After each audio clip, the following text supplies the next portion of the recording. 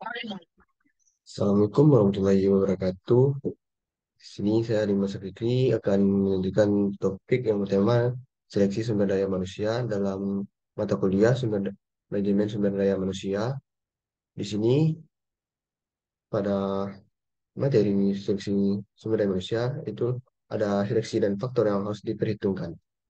Nah, di sini ada yang pertama yaitu overview seleksi.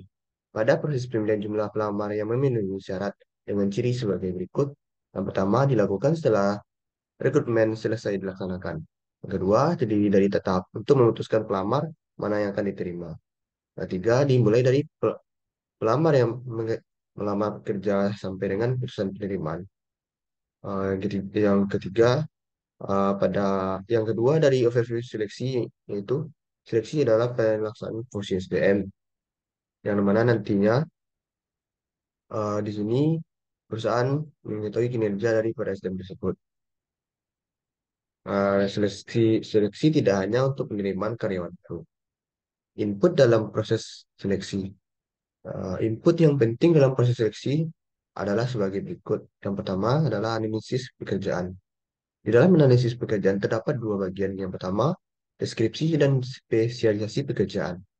Nantinya, para pelamar akan diberikan informasi mengenai apa kini spesialisasi pekerjaan yang dibuka oleh perusahaan dan bagaimana perusahaan juga mendeskripsikan perusahaan mereka.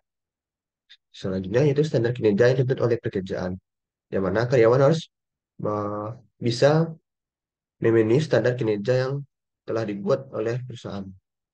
Yang kedua itu perencanaan SDM.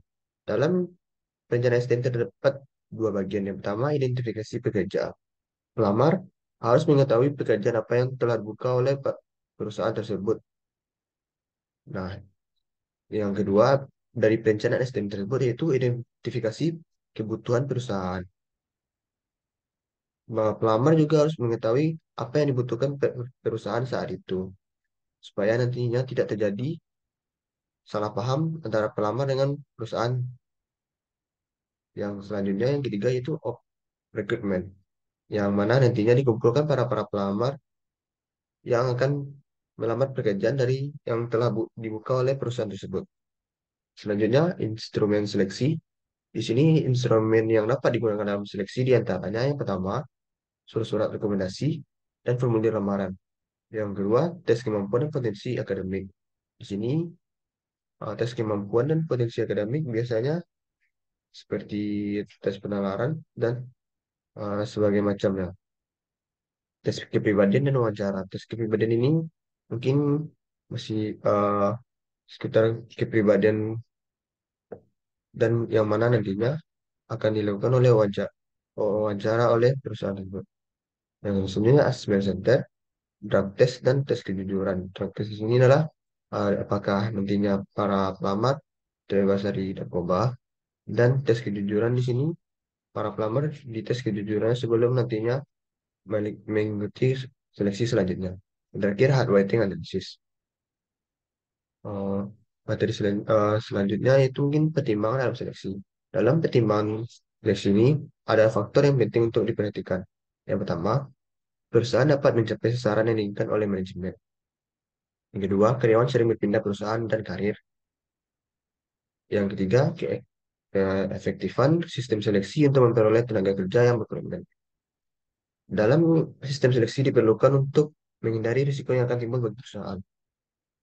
Di dalam urgensi sistem seleksi, nah, tanpa sistem seleksi yang efektif, perusahaan akan menanggung beberapa risiko. Yang pertama, peningkatan biaya pada penerimaan karyawan.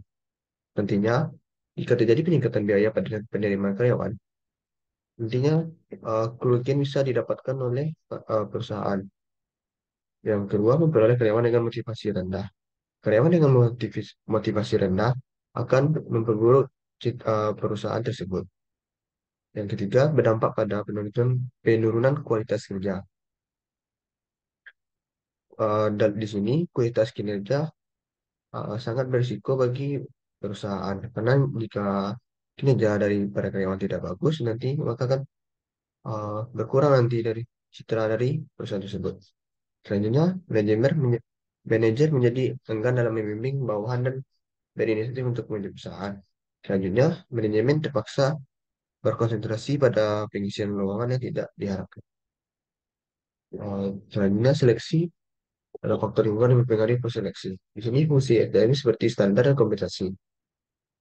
Nah, pada fungsi SDM lain ini, pertimbangan hukum seperti presentasi wanita, non-diskriminasi, dan peraturan kerja. Selanjutnya, waktu yang dimiliki untuk mengambil keputusan, baik itu dalam jangka pendek ataupun jangka panjang. Dan selanjutnya, hierarki organisasi, tipe organisasi seperti pemerintah, swasta, dan LSM, dan kualitas pelamar. Faktor yang mempengaruhi seleksi lanjutan di sini terdapat berbagai macam, yaitu jumlah komposisi dan ketersediaan tenaga kerja. Tentunya dipengaruhi ekonomi, sosial, dan politik.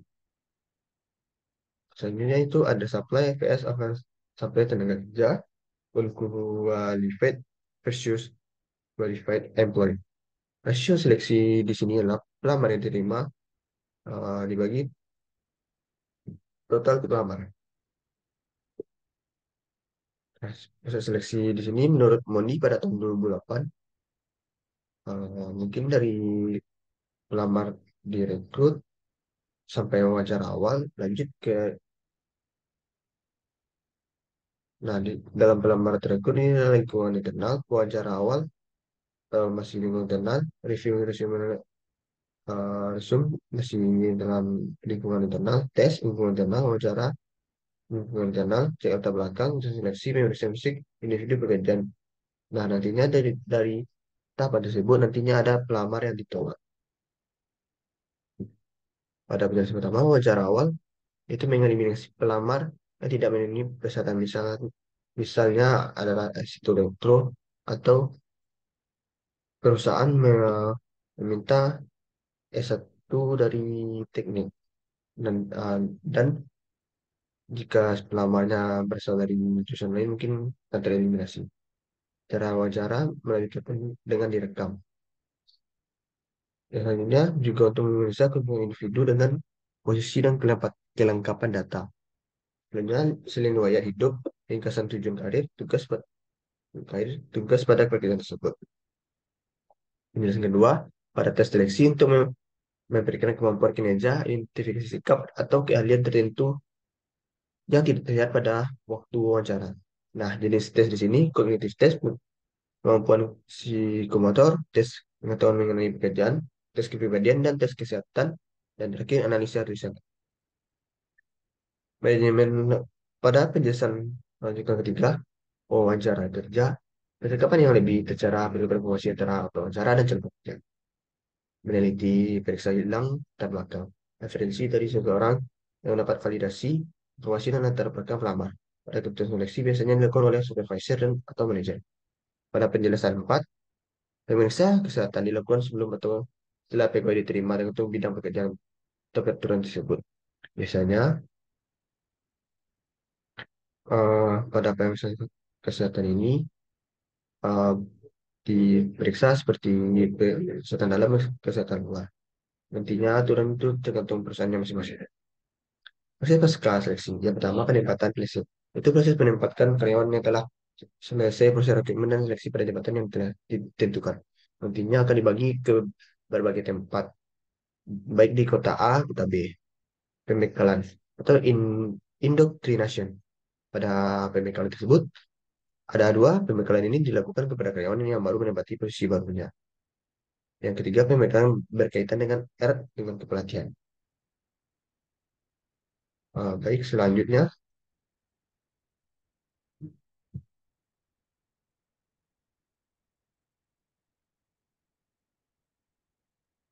mungkin hanya itu yang saya bisa jelaskan dari materi materi 4 pada manajemen sumber daya manusia. Terima kasih. Assalamualaikum warahmatullahi wabarakatuh.